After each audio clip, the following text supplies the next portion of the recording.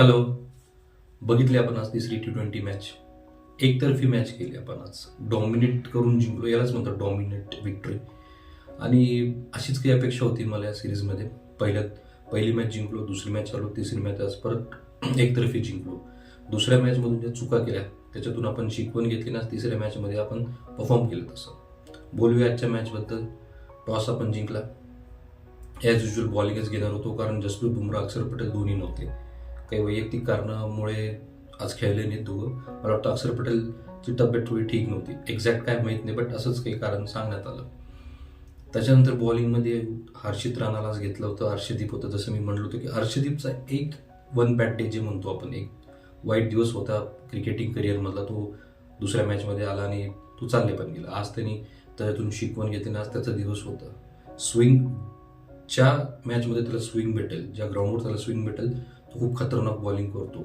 आज बघितलं आपण पहिल्याच ओव्हरमध्ये 2 अवे स्विंगर आणि एक इन स्विंगरवर जी त्यांनी विकेट घेतली ओपनरची, तिथंच मला वाटतं आज मला दिसलं होतं की आज हा चांगली बॉलिंग करेल आणि भारताला इझी विन प्राप्त करण्यासाठी हा मोलाचं योगदान देईल. तसंच काही झालं. पहिल्या ओव्हरमध्ये विकेट घेतली.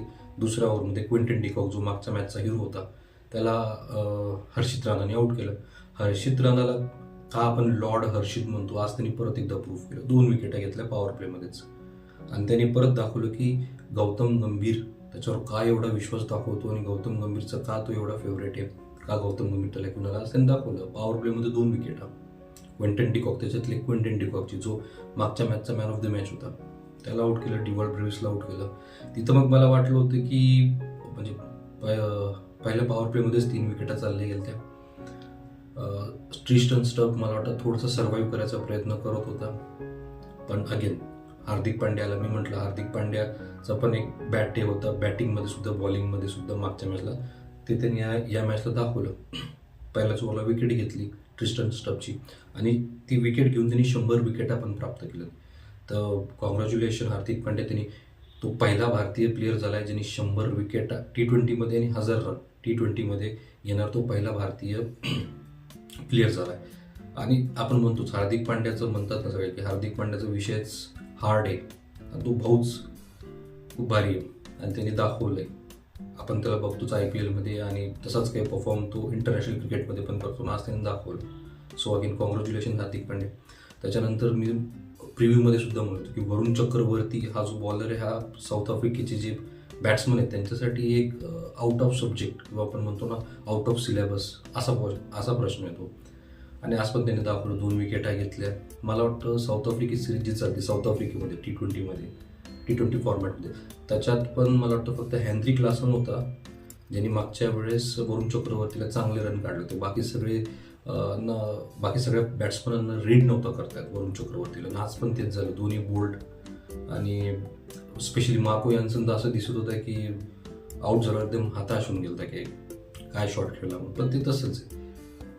वरुण चक्रवर्तीचे बॉल लवकर समजत नाही म्हणून आपण त्याला मिस्ट्री स्पिनर म्हणतो.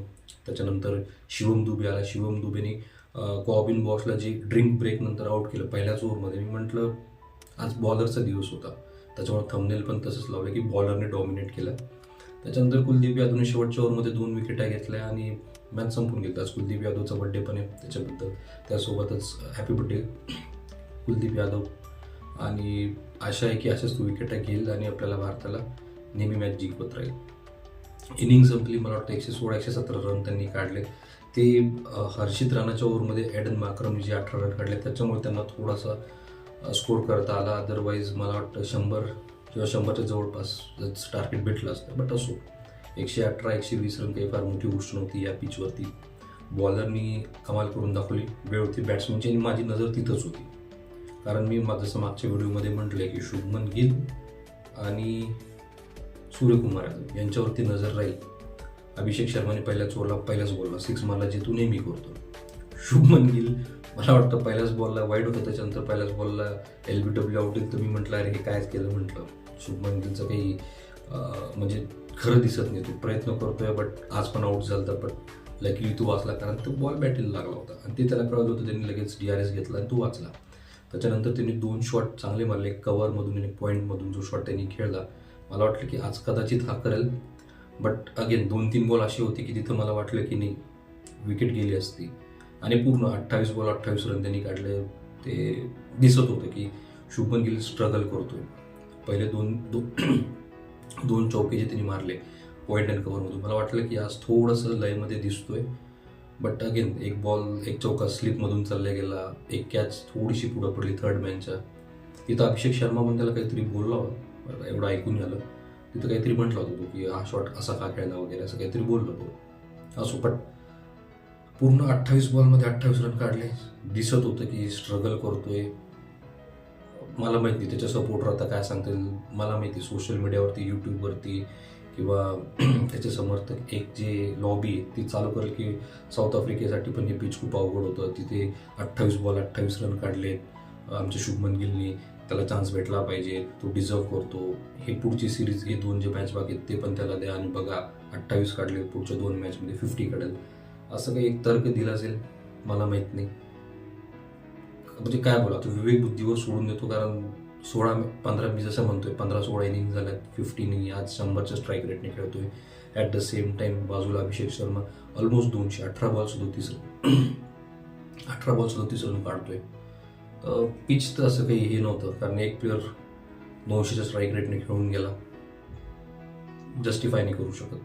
पण ते दिसत होतं, स्ट्रगल करत होतं. कॉन्फिडन्स जेव्हा आउट झाला, मला वाटतं ड्रेसिंग रूममध्ये एकदा कॅमेरा शुभमन गिलवर गेला तर तिथे असं वाटलं की तो थोडासा कॉन्फिडन्स कमी होता चेहऱ्यावरती. आणि ते होतं कारण 3 मॅच झाले, 3 मॅचमध्ये जर 35 रन काढत असेल, स्ट्राईक रेट तोच 100चा, कसं जस्टिफाय होईल माहीत नाही मला.